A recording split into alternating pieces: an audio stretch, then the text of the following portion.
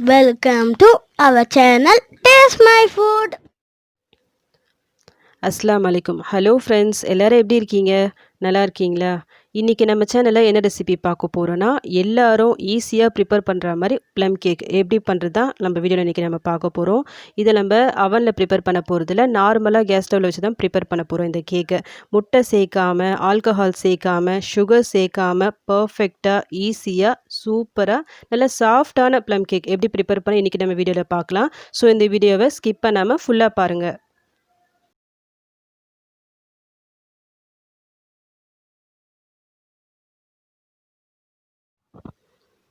First இதுக்காக நம்ம நட்ஸை ஊற வைக்கணும். ப்ளம் கேக்கை பொறுத்த வரைக்கும் பிளாக் கலர் கிரேப்ஸ், அதாவது கருப்பு திராட்சை போட நல்ல டேஸ்ட்டு கொடுக்கும். ஸோ நான் அதுக்காக பிளாக் கலரில் திராட்சை ஒரு 1/4 கப்பு எடுத்திருக்கேன். சேம் அதே குவான்டிட்டி 1/4 கப்பு அளவுக்கு ப்ரௌன் கலரில் வந்து பார்த்திங்கன்னா திராட்சை அதை நான் எடுத்திருக்கேன். ஒரு 2 டேபிள் ஸ்பூன் அளவுக்கு பாதாம், ஒரு 2 டேபிள் ஸ்பூன் அளவுக்கு முந்திரி, இந்த மாதிரி சின்ன சின்ன பீஸாக கட் பண்ணி வச்சுருக்கேன். ஒரு 2 டேபிள் ஸ்பூன் அளவுக்கு டேட்ஸ், அதாவது பேரிச்சம்பழம் இருக்குது பார்த்தீங்களா, அதையும் இது மாதிரி சின்னதாக கட் பண்ணி வச்சுருக்கேன். டியூட்டி ஃப்ரூட்டி ரெட் கலரில் ஒரு 3 டேபிள் ஸ்பூனும், க்ரீன் கலரில் ஒரு 3 டேபிள் ஸ்பூனும் எடுத்துருக்கேன். உங்கள்கிட்ட என்ன கலர்லாம் இருக்கோ அதெல்லாம் நீங்கள் யூஸ் பண்ணிக்கிங்க. செரி வந்து ஒரு 2 டேபிள் ஸ்பூன் சின்ன சின்ன பீஸாக கட் பண்ணி வச்சுருக்கேன். ஃபஸ்ட்டு இதெல்லாம் நம்ம இந்த பவுலில் போட்டுடலாம். நட்ஸை பொறுத்த வரைக்கும் உங்களுடைய சாய்ஸ் தான். உங்கள்கிட்ட என்ன நட்ஸ் இருக்கோ அதை யூஸ் பண்ணிக்கிங்க.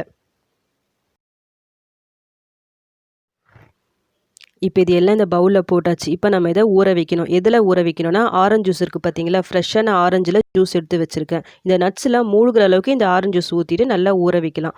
இது எந்த அளவுக்கு ஊறணும்னா, மினிமம் ஒரு 1 மணி நேரமாவது ஊற, உங்களுக்கு டைம் இல்லைனா ஒரு 1 மணி நேரமாவது ஊற வைங்க. பட் இது எந்த அளவுக்கு நல்லா ஊறுதோ அந்த அளவுக்கு நல்லா வரும் உங்களுக்கு. மேக்ஸிமம் ஒரு 24 மணி நேரம் வரைக்கும் ஊற வைக்கலாம். நான் நாளைக்கு காலையில் தான் இதை செய்ய போகிறேன். ஸோ நான் நைட்டே ஊற வச்சு எடுத்துட்டேன். இது அப்படியே நம்ம மூடி போட்டு வச்சிடலாம். மறுநாள் காலையில் பார்க்கலாம். மறுநாள் காலையில் நான் ஓப்பன் பண்ணி பார்க்கும்போது பாருங்கள், நம்ம போட்ட நட்ஸ் எல்லாம் நல்லா ஊறி நல்லா டபுள் ஆகி வந்திருக்கு. இதை அப்படியே ஒரு ஓரமாக எடுத்து வைக்கலாம். இது ஃபைனலாக தான் நம்ம சேர்க்க போகிறோம். இந்த ப்ளம் கேக்கை பொறுத்த வரைக்கும் கலர் ப்ரௌன் கலராக வரணும். ஸோ அந்த கலர் வரதுக்காக என்ன பண்ணுவாங்கன்னா, சுகரை கேரமல் பண்ணி ஆட் பண்ணுவாங்க. அது கொஞ்சம் வேலை. நம்ம ஈஸியான மெத்தடில் நம்ம இன்றைக்கி நம்ம செய்யலாம். என்னென்னா, நாட்டு சக்கரை இருக்குது பார்த்தீங்களா, அதை நம்ம டைரெக்டாக சேர்க்கும் போது நல்லா உங்களுக்கு அந்த ப்ளம் கேக்கோட அந்த கலர் வந்து உங்களுக்கு சூப்பராக வரும். நாட்டு சக்கரை அந்த குட்டி குட்டியாக ரவுண்டாக அந்த மணியாக இருக்கும். ஸோ அது போகிறதுக்காக நம்ம மிக்ஸி ஜாரில் போட்டு நம்ம பவுட்ரு பண்ணி எடுத்துடலாம். அது கூடவே நான் இந்த அளவுக்கு நான் பட்டை சேர்க்குறேன். ஒரு சின்ன துண்டு சுக்கு, 2 ஏலக்காய், ஒரு 4 லவங்கம் போட்டு நல்லா பவுட்ரு பண்ணி எடுத்துடலாம் இது கூடவே சேர்த்து. இப்போ நம்ம நல்லா பவுட்ரு பண்ணி எடுத்துட்டோம். இது அப்படியே இருக்கட்டும்.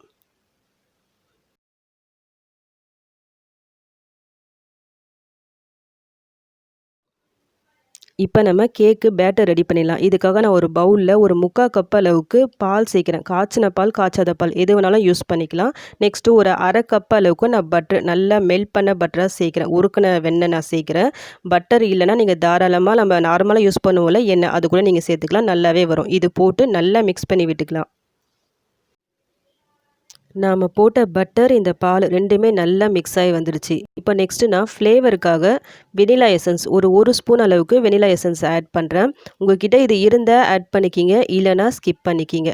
நெக்ஸ்ட்டு நாம் இப்போது பவுட்ரு பண்ணி வச்சுருந்தோம்ல அந்த நாட்டு சக்கரை, அதை நம்ம ஆட் பண்ணலாம். டைரெக்டாக ஆட் பண்ணாமல் இந்த மாதிரி சலிச்சு ஆட் பண்ணுங்கள். அப்போ இன்னும் கொஞ்சம் சின்ன சின்னதாக கட்டி இருந்தால் அது எல்லாம் உடஞ்சி நல்லா உங்களுக்கு ஃப்ரீயாக வரும். ஸோ இந்த மாதிரி நல்லா சலிச்சு ஆட் பண்ணிக்கிங்க.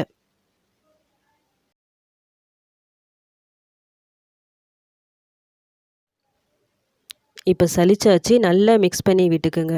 அந்த நாட்டு சக்கரை, அந்த பால், இந்த பட்டர் எல்லாமே ஒன்றோட ஒன்று நல்லா மிக்ஸ் ஆகி வரும். அந்த மாதிரி நல்லா ஒரு தடவை பீட் பண்ணி விட்டுக்குங்க. நீங்கள் நாட்டு சக்கரை இதெல்லாம் டைரெக்டாக கூட ஆட் பண்ணலாம், ஒன்றும் பிரச்சனை இல்லை. ஆனால் நல்லா மிக்ஸ் பண்ணி விட்டே இருக்கணும். இந்த நாட்டு சக்கரை நல்லா மிக்ஸ் ஆகிட்டு பாருங்கள், கலரே நல்லா சூப்பரான ப்ரௌன் கலர் வந்துடுச்சு. இப்போ நம்ம மாவு ஆட் பண்ணிக்கலாம்.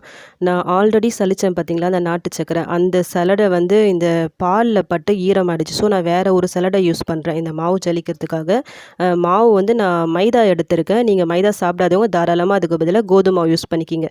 எந்த அளவுக்கு எடுத்திருக்கேன்னா 2 கப் அளவுக்கு நான் மைதா எடுத்திருக்கேன். எப்போவுமே நீங்கள் கேக் ப்ரிப்பேர் பண்ணும்போது மாவு வந்து நல்லா சலிச்சு ஆட் பண்ணுங்கள். அப்போ நல்லா சாஃப்டாக நல்லா வரும்.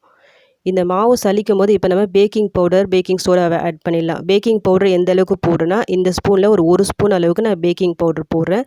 1/4 ஸ்பூன் அளவுக்கு பேக்கிங் சோடா, 1/4 ஸ்பூனுக்கும் கம்மியாக சால்ட்டு போட்டு நல்லா இது மாதிரி சலிச்சிக்கிங்க.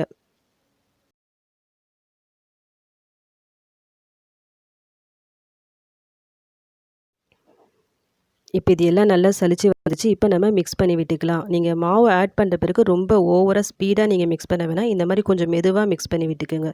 எந்த லம்ஸும் இல்லாமல் நல்லா மிக்ஸ் பண்ணி விட்டுக்குங்க. இந்த மாதிரி எந்த லம்ஸும் இல்லாமல் மிக்ஸ் பண்ணி விட்ட பிறகு நம்ம ஆல்ரெடி ஊற வச்சிருந்தோம்ல இந்த நட்ஸை அதை ஆட் பண்ணி அதான் இது கூடவே சேர்த்து மிக்ஸ் பண்ணி விட்டுக்குங்க. ஆல்ரெடி நம்ம சேனலில் ஹனி கேக் வெனிலா கேக் சொல்லிட்டு நான் கேக் ரெசிபீஸை அப்லோட் பண்ணியிருக்கேன். அந்த வீடியோ பார்க்காதவங்க ப்ளீஸ் போய் கிளிக் பண்ணி பார்த்துக்குங்க. இது வரைக்கும் நம்ம சேனலை சப்ஸ்கிரைப் பண்ணாதவங்க ப்ளீஸ் சப்ஸ்கிரைப் பட்டனை கிளிக் பண்ணிக்கிங்க. நீங்கள் சப்ஸ்கிரைப் பட்டன் கிளிக் பண்ணும்போது பக்கத்தில் உங்களுக்கு பெல் சிம்பல் வரும். அதை நீங்கள் கிளிக் பண்ணும்போது ஆல் சொல்லிட்டு வரும். அதையும் கிளிக் பண்ணி வச்சுக்கிங்க. அந்த மாதிரி நீங்கள் கிளிக் பண்ணி வைக்கும்போது தான் நான் அடுத்தடுத்து போகிற வீடியோ உங்களுக்கு நோட்டிஃபிகேஷனாக வரும். இந்த வீடியோ உங்களுக்கு பிடிச்சிருந்தா ப்ளீஸ் ஒரு லைக் கொடுங்க. நான் இந்த கேக்கை டைரெக்டாக குக்கரில் தான் ப்ரிப்பேர் பண்ண போகிறேன். ஸோ நான் குக்கரை வந்து ஆல்ரெடி கொஞ்சமாக எண்ணெய் போட்டு கொஞ்சம் அதில் மாவு போட்டு நல்லா க்ரீஸ் பண்ணி வச்சுருக்கேன். இப்போ நம்ம ரெடி பண்ணி வச்ச இந்த பேட்டரை இந்த குக்கரில் போட்டுட்டு நல்லா இந்த மாதிரி 2-3 தடவை டேப் பண்ணி விடுங்க. இந்த மாதிரி நீங்கள் டேப் பண்ணி விடும்போது உங்களுக்கு அந்த நடுவில் எந்த ஏர் பபிள்ஸும் ஃபார்ம் ஆகாமல் அந்த கேக் வந்து நல்லா வரும். இப்போ ஃபைனலாக நான் கொஞ்சமாக டெக்கரேஷனுக்காக இதுக்கு மேலே நட்ஸை நான் சேர்க்குறேன். இது ஆப்ஷனல் தான்.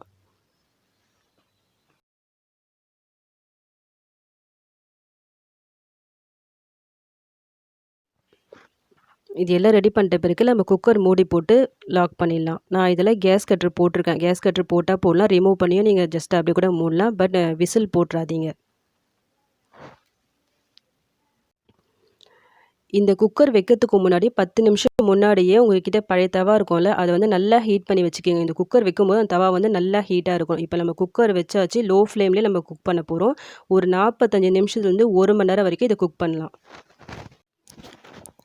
கேக் பேக் ஆகிற டைமை பொறுத்த வரைக்கும் எக்ஸாக்டாக இந்த டைமில் ஆகும் நம்ம சொல்ல முடியாது. ஏன்னா அவங்கவுங்க யூஸ் பண்ணுற அந்த பேனை பொறுத்து டைமும் டிஃபர் ஆகும். 45 நிமிஷத்துலேருந்து 1.25 மணி நேரம் வரைக்கும் ஆகும். எனக்கு வந்து கரெக்டாக 1 மணி நேரம் ஆகிடுச்சு. நீங்கள் 40 நிமிஷம் வரைக்கும் இந்த குக்கரை வந்து ஓப்பனே பண்ணாதீங்க. அதுக்கப்புறமா ஓப்பன் பண்ணி பாருங்கள். இந்த மாதிரி ஒரு கத்தியோ இல்லை குச்சியோ உள்ளே இன்சர்ட் பண்ணி பார்த்தா எதுவுமே ஒட்டாமல் வரணும். அந்த மாதிரி ஒட்டாமல் வந்துச்சுன்னா கேக் வந்து ரெடி ஆகிடுச்சு. எனக்கு வந்து ரெடி ஆகிடுச்சு. நான் ஸ்டவ் ஆஃப் பண்ணிவிட்டு வெளியே வச்சுட்டேன். இது வெளியே எடுத்த உடனே நம்ம டிமோல்ட் பண்ணிடக்கூடாது. இது நல்லா ஆறணும். ஆறிட்ட பிறகு நம்ம வெளியே எடுத்துடலாம்.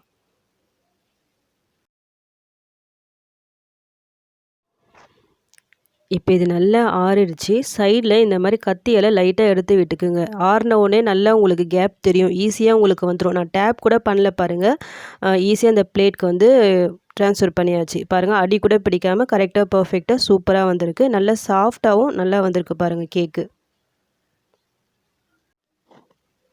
இதில் நம்ம நாட்டு சக்கரை சேர்த்தோம்ல, அந்த ப்ளம் கேக்கோட அந்த ப்ரௌன் கலர் நம்மளுக்கு சூப்பராக வந்துச்சு பாருங்கள். அவ்வளோதான். இப்போ நம்ம கட் பண்ணி சர்வ் பண்ண வேண்டியதான். உங்களுக்கு பிடிச்ச ஷேப்பில் நீங்கள் கட் பண்ணிக்கிங்க. நான் கட் பண்ணும்போதே உங்களுக்கு தெரியும் இது எந்த அளவுக்கு நல்லா சாஃப்டாக வந்திருக்கு சொல்லிட்டு. நான் உங்களுக்கு எடுத்து லைட்டாக கொஞ்சம் ப்ரெஸ் பண்ணி காமிக்கிறேன் பாருங்கள். இது எந்த அளவுக்கு செம சாஃப்டாக இருக்குது பாருங்கள்.